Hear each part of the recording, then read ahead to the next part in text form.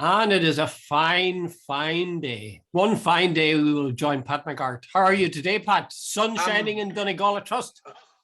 Jude, it's absolutely fabulous here today, and it's like a Spanish day. Oh, yes. I don't know what it is. I presume it's around about 20 because it's absolutely beautiful. In fact, this Totally morning, beautiful myself and here my dear too. missus went down to a wee cafe down to get a cup of coffee, and it was like continental Europe. Yeah. Isn't it great? You know, when you get a period of good weather, I think the whole society kind of changes because people come out and they start talking to each other, and it's Yeah, just Jude, we good. actually there's benches outside, and we sat out in the sun. And this guy came, and I think it might have been a Belfast registration, but he got out and he says, "What's this place like?" He's just been friendly, and he says, "A lovely place to get." So we sat and chatted with him for a wee while. And you're dead right. Good weather. Like he was a total stranger, but we sat and chatted for a wee minute. Lovely man. You should have said when they asked you what is this place like, you should have said heaven. Um, yeah, it's very good. All right. Okay, let's crack it here with a few of the matters that are important to the public. And the first one we could start with was, I don't know if you did see or did you see that clip between Pierce Doherty and Leo Varadkar in the Dáil, where they essentially they're calling each other names or saying bad things about each other. Jude, I saw Miriam Lord in the Irish Times describe Leo as venomous Varadkar. Jude, I don't know how you would go about explaining. Basically, what there's some sort of animosity. What's that word, Jude? Is it animus between Varadkar and Doherty? I think primarily it's ideological. Pierce sees, no, I'm putting words in his mouth here, but I think he sees Varadkar as an entitled ideologue who thinks that people get up early in the morning are of superior race. And so on. And I think Doherty, whose people were immigrants to Scotland, looks at the world through a very different prism. So I think that's the starting point. But anyway, last week, what happened was that apparently the discussion started on about the cost of living and about how things have, inflation, particularly fuel and stuff, has impacted on working families. Yeah. The night before, Leo and apparently a few of the Fine Gael people had got together to celebrate 10 years in power. Oh, that's right. Where there was wine on the table and they were cheers, old boy, and all that sort of stuff, and whatever. And obviously Doherty had seen this, and he and Varadkar got into a debate about the cost of living. And I think Pierce Doherty took an offence at some of the tone of Varadkar come back, and he says, "I would expect you to be a wee bit more humble, considering the fact you're under investigation by the DPP or the Gardaí or the authorities for leaking a document." And of course, then I don't know who leaked this to Leo, but he had, I think, he says, I will not take lectures from the likes of you, saying that you were actually convicted for having a contretemps with a Gardaí, and all the rest of it. Yeah, but here's the point. Verbally abused a policeman. Verbally abused. Yeah, 23 years ago when he was, 2021. But here's the point, Jude. I don't know who, like, the fact that it was given the Probation Act means it probably was not reported. So somebody leaked that to Leo.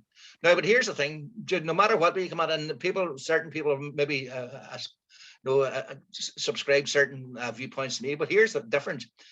No matter what way you talk, Pierce Doherty was talking about something Leo done when he was Taoiseach. He was talking about it in a political context.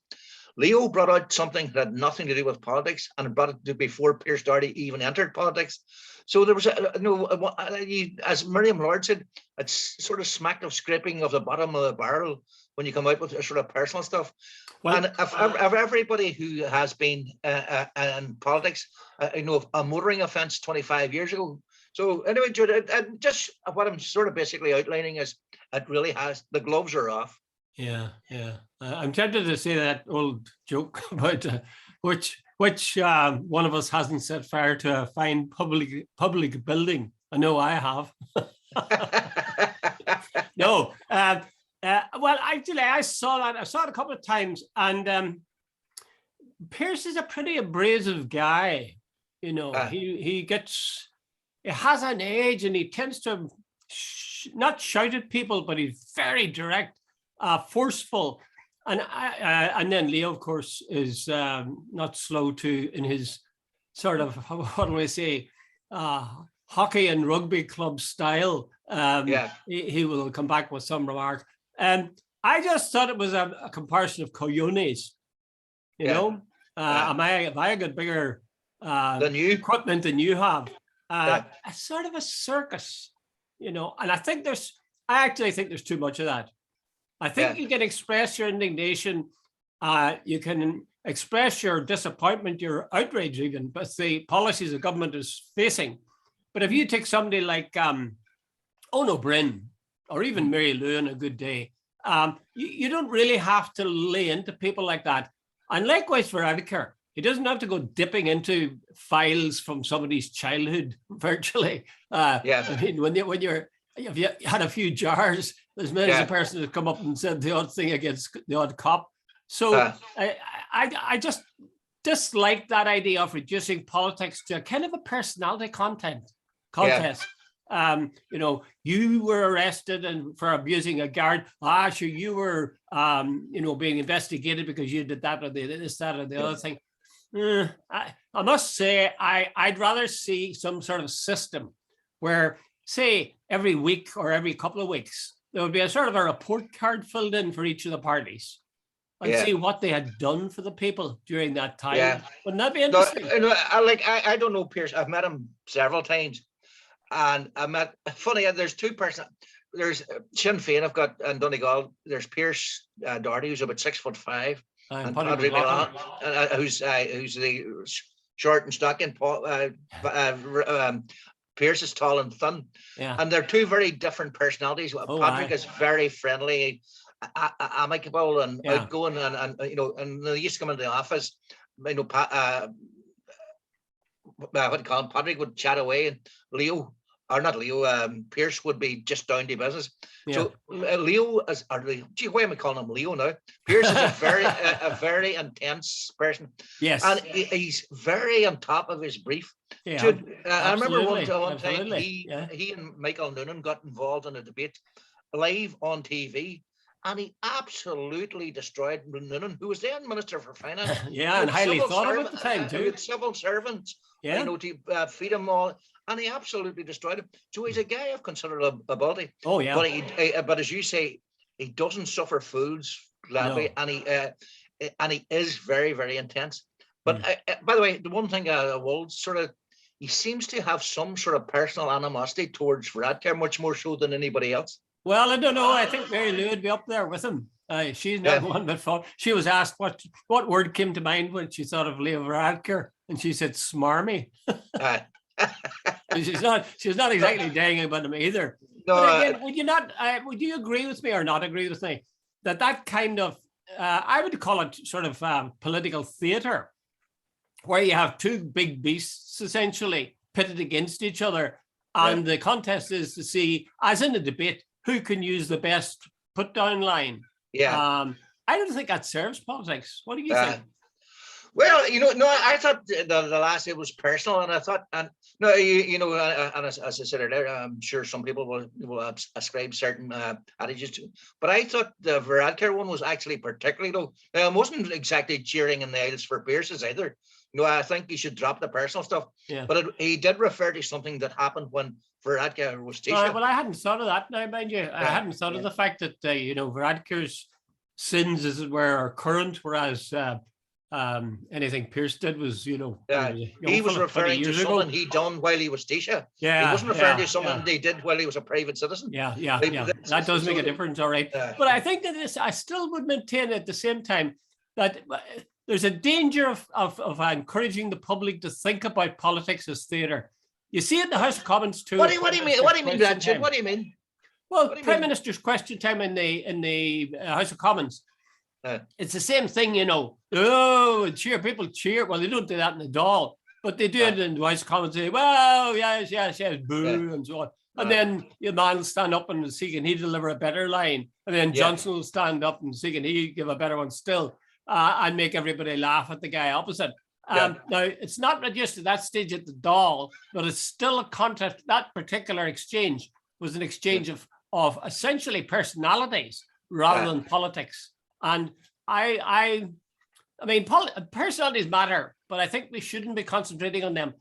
Do you think I'm very naive when I say things like, why instead of that do they not have a report card every so often and have somebody to read out objectively? They said a month ago that they were going to do that. Have they done that? You know, you think that's Jude, hey, you know, excuse me, you were too long in teaching. That sounds like someone you'd get down to school. Hey, by the way, Jude, here, you just reminded me of someone. You remember the famous Dennis Skinner? You said, I know about people trying to. Remember, he said one time, he says, 50%, he was looking over at the Tories, he says 50% on that bench are liars. And the Can Corda, the speaker says, hey, you have to withdraw. And he says, all right, 50% of those over there are not liars. Very good. Very good. But again, Pat, that's fun. That's good fun. But I mean, they're running a country. Well, in your case, a state. Yeah, well. Geez, you get that in there every time. But I'm serious now. They are running a state and they really should approach it. I think it's encouraging people to follow a natural tendency we have to go with personalities and to go with good put down lines and to go with good, you know, your man said to him, oh, geez, he really put him in his box there. That's really not the important thing. I think politics is too serious a business for getting focused on that. Yeah, I sort of agree with you. See, and as well as that, see, politics in the real sense should be about policy and about delivery of policy and about making it better instead of getting, referring to what somebody did 20 years ago or making personal remarks about it. Yeah. But as I'm saying it again, it's clear that the battle lines for the next election are already been set, and it's going to be very personal because these parties ideologically detest each other. Yeah. Well, I would have no problem with them ideologically detesting each other. I think it's when it comes down to the question of personalities and detesting each other. I get a bit uneasy about that. One of the finest politicians I ever knew, I didn't know him, but I have seen, was Tony Benn.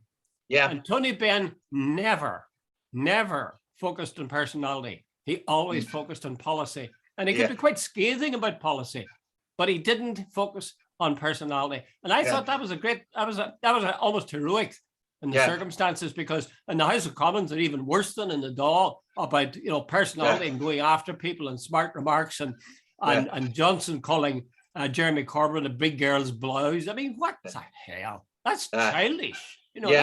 That's schoolyards, worse than schoolyard stuff. So I still come back. You dismissed in a cavalier fashion my idea for a report card by saying, did you? Too long in a teaching profession. Done what they said they do. It's not going to happen. That's like something a school principal would do. You said you would do. It's not going to happen. Really, that's what we should be doing with our politicians. We elect politicians. We pay them very highly. We should be asking, well, how are you doing? How are you getting on? Let us see. Dr. Constey, while I would love to think what you're saying would work, look at it like this. Donald Trump spent referring to people as Sleepy Joe and all the rest of it, got himself elected president of America. Yeah. Our friend Bojo has got an 83 seat majority, referring to people with watermelon smiles, but letterbox burkas and so on, and referred to, quote yourself, Jeremy Corbyn as a big girl's blouse. He sneers and smears people right, left, and it's been very successful. So that while you'd love it to be different, that's the reality. Well, I'm not sure they're getting. What was it? George Bernard Shaw said, I make it a habit never to engage. It's not a good idea to engage in a wrestling match with a pig. You'll get dirty and the pig enjoys it. Yeah. Anyway, I know the other thing I was thinking was something we used to use in drama, but it was quite interesting to have people who have got convictions of one kind or another, and then in role get them to switch, take the other person's side of the thing. Yeah. So if they were going to play theatrics, might be an idea for them to swap roles. Let Leo speak as if he was Pierce, and try to make his case, and let Pierce try to make a case for Leo. I don't think it'll ever happen, but it's quite instructive, I must say. Anytime I've ever done it, you do begin to see, well, things are a wee bit more complicated than black and white. By the way, should you just remind me? Sinn Féin used to do it. I'm told when McGuinness way back in the day in Derry, when they were having discussions, they would set things up, and they would get people in to sort of say that's the opposition. That's how they honed their arguments. Oh, really? Very good. Very interesting now. Yeah. Okay. That's that whole thing's very interesting. I enjoy it no end, but I don't think it's good for politics. That's the last thing I'd say about it. Okay, let's move on to a very, very smart man. A man I've admired. Well, I didn't admire him that much. Like, I think I wanted him to do something. I wanted him to be a guest of honor at a book launch one time, and he didn't even answer me. But leave that aside. I'm talking about David McWilliams, and he has an article in the Irish Times. And he's essentially, I've read the article now and I'm trying to remember it, but essentially he's saying that the whole standard of living, the whole economic health of the South is streets ahead of the North. Would that be a fair summary? Basically, he said, Jude, he says, I used a line, he says, the DUP is the party who never missed the opportunity to miss the opportunity. Yes. Right. Basically, what he said is Northern Ireland, there's only two parts. The two parts who are doing best in the wake of Brexit are the two very areas that voted against Brexit, London and Northern Ireland. In Northern Ireland, the exports, he says, between January and April this year are up 40% into the Republic. And basically, what he says, in 1907, the 6 counties that became the 6 counties produced 2/3 of the wealth of the island of Ireland. Belfast was bigger than Dublin and racing ahead at a massive, massive rate. All the wealth was concentrated in the northeast. Everything was going well. And he says basically unionism has blown it. The economy of the Republic of Ireland is now 6 times that of the north. The average wage is in the south is 43,000 euros. The average wage in the north is 33,000 euros. He said as well as that between I think 1850 or 1867 and 1951, the population immigration 55% of the population of the Republic emigrated, only 17% of the north. And he says all indicators, all the statics, all indices were that the north was the far more successful. He says switch it around to 222 and it's the other way around. The south is basically helping the north now to with its exports, and basically the north is actually going back. Well, I read that, and he's a guy who's, he's an economist. He knows the thing, and again, he's also got a great gift. I think he can talk about it in ordinary language, which is a great facility. But he has presented again and again certain things like what's the average income of the people in the person in the south, what's the average income of somebody in the north, and again, the north is the poorer. Why then? Why is it that not just unionists, but even quite a few nationalists, I'd say, are convinced that their standard of living is better here and things in general, education, health, and so on, are better here than they are in the south? There are some misconceptions. Everybody points to the health system in the south, which is not good, by the way. But the health system in the north is not particularly good either. But the other thing is better, Pat. It is better. Better to an extent, and I wouldn't go too far. There's quite a few people, but anyway, the other thing that a lot of people in the north tend to forget about is the fact that you pay rates. There's no rates in the south, so you're getting hit. And in Britain there's poll tax. There's no poll tax, and as for the education system, with the greatest respect, that's a bit of a fallacy. The Republic of Ireland, in all the indicators and studies in recent years, the attainment level of the education system in the Republic, and the proof of the pudding, by the way, Jude, is the investment by outsiders, computer companies and all that. It's not, digging holes in the ground. This is high tech, high spec stuff. So that goes to prove that the education system in the south is delivering high end students for these industries. So I don't buy this that the northern education system is sparse. I've taught in both constituencies, in both states in my time, but that was years and years and years ago. I think one of the things that cripples the north, and it's so obvious, there's only one party, I think, that favors favors the 11 plus anymore, and that's the DUP. Yeah. I think all of the parties are agreed. I'm not sure about the SDLP. I think they're agreed too that, it's ridiculous to cripple a person's prospects at the age of 12, depending on, if they haven't passed this exam. We're going to digress. Two-thirds of the population. Can we digress a wee minute? Why is the DUP pro the 11 plus when the people most affected are young Protestant working class men? Absolutely. Those are the biggest cohort that the 11 plus has failed by far. Well, I would agree with that. I'm sure it's a fact, but I wouldn't want to minimize the extent to which it has crippled the prospects of many national. Oh no, I'm not disputing that. But if in fact, Susan McKay in her book actually explored that thing about the fact that education underachievement, it's particularly hard the Protestant Unionist working class. So it is. It's a stupid thing to have, but I think overall, you see, I feel certain if I was to go to talk to any of my siblings, most of whom live in the north, they would say, "Oh, if you went in the south, you'd have to pay to see your doctor, and I don't know what else they would say. Housing, very expensive. There are all sorts of reasons for not wanting to be. Housing is very expensive in Dublin, Jude. It's not necessarily go to Leitrim or go to Donegal. You can get a house not much different from what it is in any part of Northern Ireland. Yeah. I think we need to hear more from people like David McWilliams. In fact, I don't know, why is it that people like Sinn Féin, or the SDLP for that matter, if what David McWilliams says is true, and I'm sure it is, that these comparisons aren't laid out for people again and again.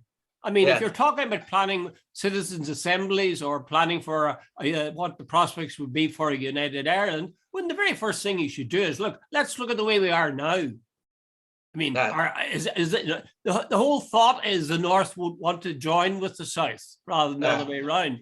So we should be looking at things and seeing, is it in fact true that the North would be somehow dragged down if they were formed a unified state with the South? Well, basically, McWilliams' thesis, Jude, is partition has been a disaster for Northern Ireland, and that it's aligning itself to the British economy has done it no favors whatsoever. Yeah, but again, it's up to I think the political parties, especially those who believe in Irish unity, to forefront that. Why aren't they doing it? Jude, the Republic of Ireland's economy has been the fastest growing economy in Europe for about 2-3 decades, year on year.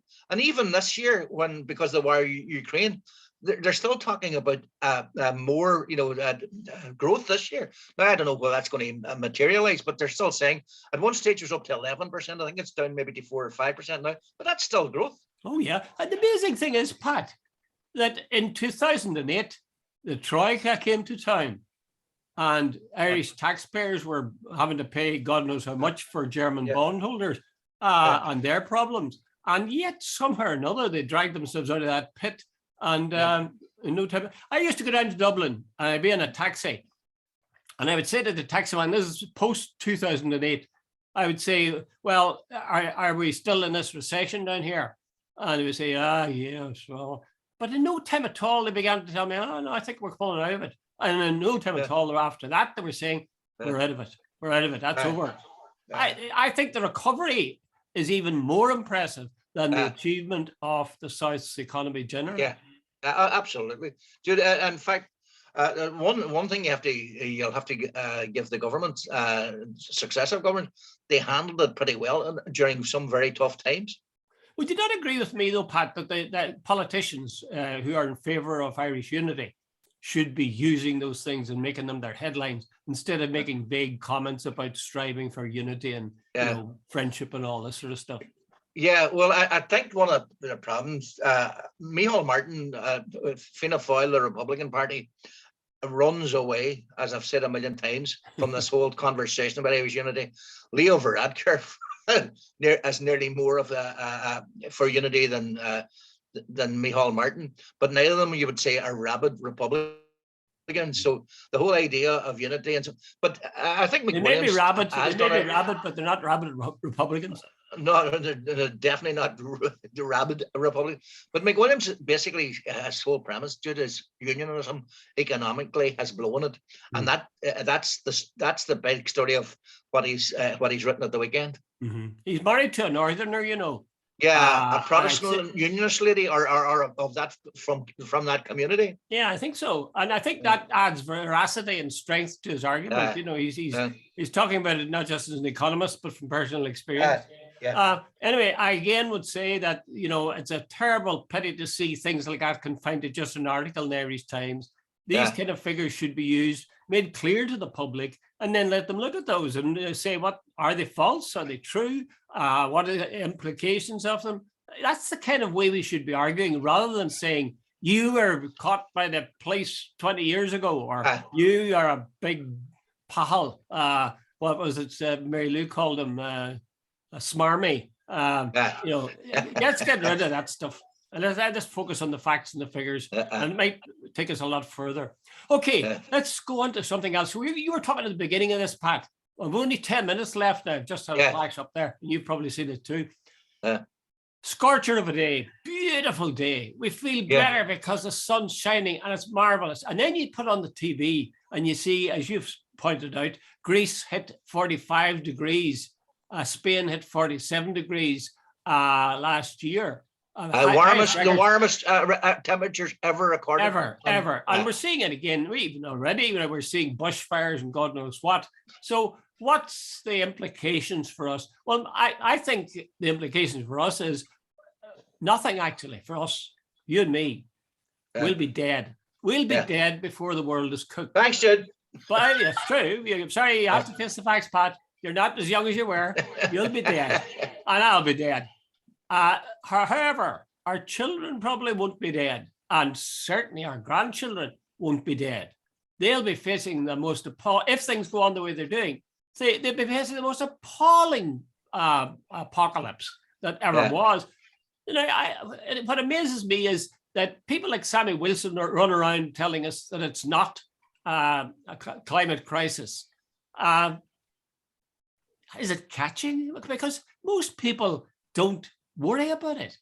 You know, you talk to your neighbor won't say, when you say that's a lovely day, they won't say, oh, God, that's a sign of climate crisis. Not at all. No. I was reading a wee bit this morning. Jude was, and that's why I threw it in there. Apparently, they're fighting fires up and around the Saragossa region in Spain, and they're saying it's already hitting between 40 and 42 degrees already, which is the warmest they can ever remember. This is not peak season summer yet. July, August is peak season, but they're also there's increasing now across the globe. You know, drought. That affects there's talk about, as the Horn of Africa, there's talk, and I know around Ethiopia and so on, that there are already worries about famine. And then, you know, and then there's the opposite end. At the winter, we're getting more and more less floods and heavy, winds and so on. The climate is changing. Now, there's always going to be those who dispute it, but by and large, they're saying a lot of this is down to human activity. So, Jude, you know, what do we do? And you're dead right. I can see my kids. My grandkids are now, the eldest only 15, she'll soon be 16. Dude, what sort of world are we leaving for them? You know, what do we do? Does worry me. But we know what kind of world we're leaving for them. We're leaving them a place you can't live. Yeah. Or if you live at the most primitive conditions. So, I mean, if you were in a building that was getting hotter and hotter, you'd make sure, as God, you'd make sure that the heat was turned down. You put sprayed water on it, or you get out of there and get help. And yet, whenever it's not just a question of us as individuals, it's everybody. People say, "Oh God, it's terrible," or they don't even ignore it. I think, again, I'm sorry, I always have this sort of line. I don't think it should be left to individuals. The government says things like, we're all involved in this. We all got to play our part. We all really should rewild our gardens. We really all should, not use more water. That's no good. You don't say No. to people, you really should drive safely. You really should put on your seatbelt. You really shouldn't break into people's houses and steal stuff. They say, you try that, mate, and we will penalize you and you'll learn a lesson. You'll never do that again. Yeah. So why, with the prospect of the world being destroyed, I mean, what could be worse than that? Yeah.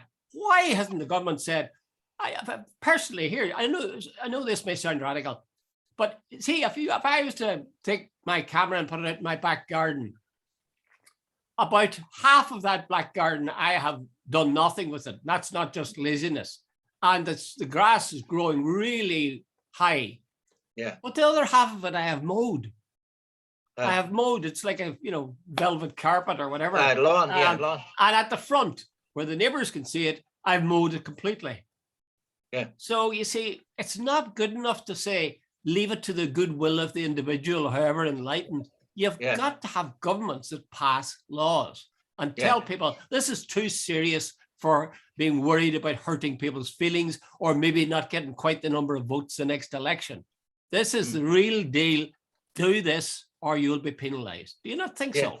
Absolutely. Judy, I was listening and I don't remember the details, but I remember the overall thing. Somewhere down the Midlands, there was massive flooding about 2 years ago. And I remember one of the guys come on and start on about this sort of thing, and all the rest. But anyway, so the guy come on, he says, let me tell you something. He says, that was a floodplain. And he says, they built 300, was it 300, 3,000, I can't remember, houses on it. He says, they put in, where there used to be fields, they put in concrete footpaths, concrete, he says, where there used to be gardens, they've in concrete. And he says, put in roads. He says, where did anybody seriously think the water was going to go? So, Jude, there's a simple, example of what humans have done. So there's flooding. Like, Jude, have you ever watched any coverage of China or India? And you see those big chimney stacks and they're blowing out black smoke nonstop. Now, we have a limited supply of air in this world. So if you keep on sort of polluting that air, we're all going to pay a price. And Jude, when I was a wee fella, this is very simple. The number of cases of asthma were very, very limited. Very.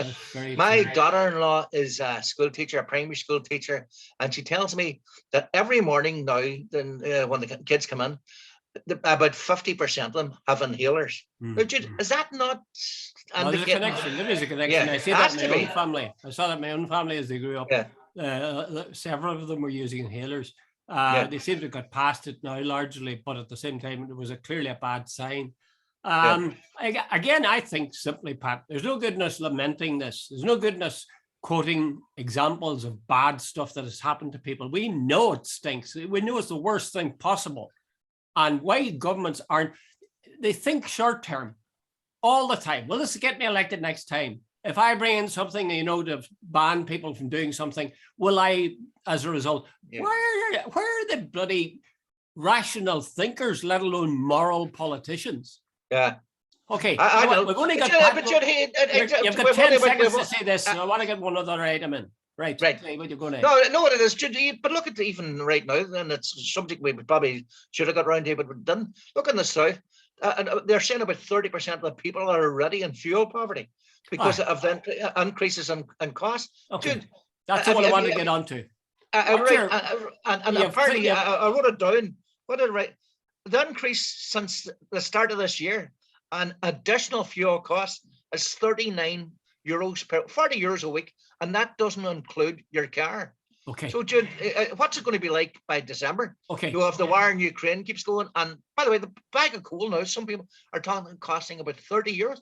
If you're on a fixed income or a pension, how many bags of coal can you afford to buy if it costs 30 euros a bag? Right, Pat, I agree with you completely. Clearly, there's an awful lot of people are in fuel poverty, right? The question is, everybody would accept that, I think. The question is, what can be done about it? I was trying to think about this, and I was saying, well, first of all, what's the reason that this stuff is so expensive? There must be somewhere along the line somebody's to blame. Now, maybe it's Putin. Maybe it's somewhere else that we can't do anything about. And if that's the case, then we've got to try to act within the limits of what we're faced with.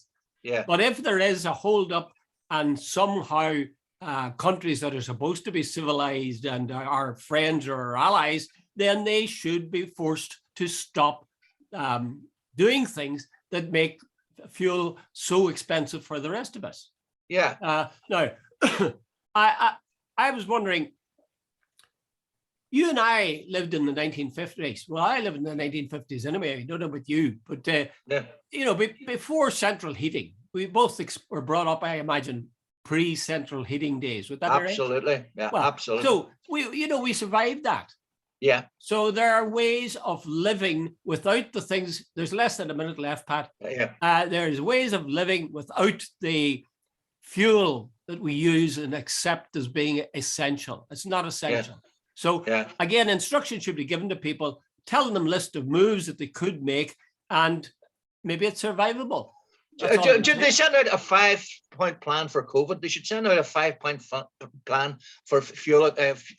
Don't put on the heating during the day if you don't need it. Put on a jumper. Don't put on the heating. Yes. So whatever. I think people will do that if you give them a lead of some kind. Where are bloody political leaders? Yeah. Where are those who think outside the box? Let me use that. Here, you think outside the box. I think outside the box, but none of the rest of them. Leo, Pierce, the whole bloody lot of them. They haven't a clue. Okay, Pat. On that note, With good that, luck, Jude. I'll give you a fascist